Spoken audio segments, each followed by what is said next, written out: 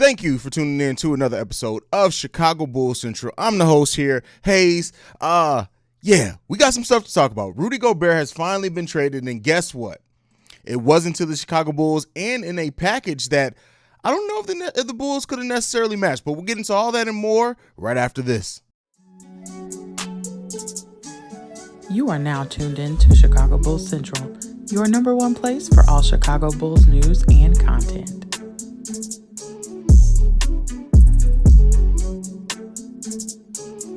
All right, Bulls fans. So we have now Rudy Gobert, one of the biggest ships that were expected to be moved over the course of this offseason, has now been moved as well. Rudy Gobert is on his way to Minnesota. Minnesota has traded for Rudy Gobert for a package that includes Malik Beasley, Patrick Beverley, Walker Kessler, Jared Vanderbilt, and multiple first-round picks. Again, this is a point, like, shout out to my co-host, Pat the Designer, who thought that Rudy Gobert's value was going down. No. And this is why I said the Bulls could not have realistically matched any package that a team that was willing to give up multiple first-round picks.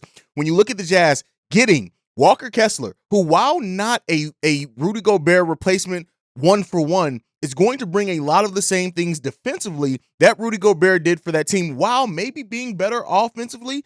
And to see how he pairs with Donovan Mitchell is going to be key down there. But also get a point guard in Patrick Beverley. Get Malik Beasley, who's a tough player as well. Jared Vanderbilt, who he seemed like he was going to have some things there, but hasn't quite scratched the surface. It may not amount to anything else, but that is it. That is that. The fact that now Minnesota is going to be having two bigs in Karl Anthony Towns and Rudy Gobert playing twin towers next to each other is going to maybe be a matchup problem, a nice offensive defense type matchup problem. Now, the one thing with Karl Anthony Towns is I do think that he can do pretty well playing power forward with his passing ability, with his ability to dribble. Not the greatest defender at all, not the strongest player at all, but it's going to be really interesting to see how that, with Ant down there in Minnesota, just what they're going to do down there. This is going to be a really interesting thing that could propel Minnesota into being quite a playoff team, or it could not work. It can completely falter. I don't know where I sit on it right now, to be honest. Let me know what you guys think about it down below. But looking at this deal, this is why I said before, while all the conversation and talk were around, I really did feel that the Chicago Bulls were being used as leverage. There wasn't much that the Chicago Bulls could offer. I always said, go back and look at my first video. Rudy Gobert was always going to get them multiple first-round picks. The Bulls just weren't in a position to do that, not as soon as a team like Minnesota. They give up a lot of draft capital to bring in Rudy Gobert to match that salary. Now they have a huge lineup now with Karl Anthony Towns and Rudy Gobert. This was not a team that I expected at all to make this trade. Now, some people I've already seen in the brief since this deal has been announced, may this mean that Karl Anthony Towns may be on his way out and the Minnesota Timberwolves may make another deal? Now, that is possible.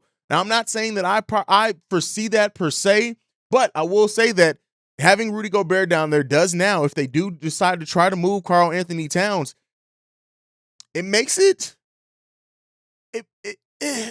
makes it a possibility. And like I said, I'm not necessarily saying that I'm predicting that or saying that that's what's going to happen, but the Jazz get a huge haul as well for Rudy Gobert. And the reason why this was able to go down, usually a rookie would not be able to be traded at this point in the offseason but he has not signed his rookie deal yet. So that does allow for him to be traded in this deal and part of this package, which this may be a tactic that we start seeing NBA teams do, maybe delay actually signing the contract of their picks if they want to try to move them during free agency, because typically they wouldn't have been able to move them, I think, to sometime in January. So as the Mavericks improve, the Jazz have now maybe improved. The Minnesota Timberwolves definitely get better as well. Adding a player that brings in 15 points and 15 rebounds damn near to pair next to Karl Anthony Towns and with Anthony Edwards down there. Man, this is just a really, really interesting trade that went down. The picks that they get as well as a 27. No, sorry. I was reading something wrong there. So, but they get multiple first-round picks, get players, get another first-round pick in Walker Kessler, who could turn out to be a heck of a center down there in Utah, or up there in Utah, because Utah is definitely not down there, but up there in Utah to pair with Donovan Mitchell. It's going to be really interesting to see how that works out as well. Can Walker Kessler be what I have kind of predicted him to be in my draft coverage of him, and that's a big man that can come right in and defend, rebound, and block shots at a high level for the NBA, play some good pick and roll offense, need some help on pick and roll defense, so we'll see with that.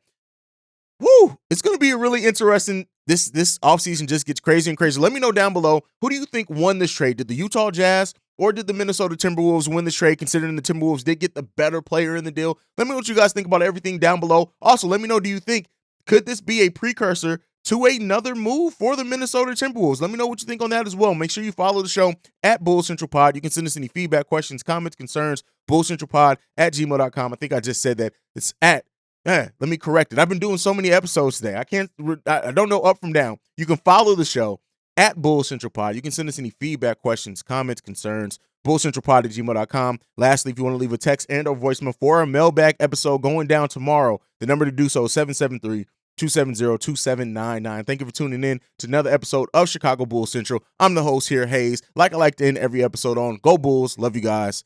Peace, y'all. This has been a presentation of the Break Media.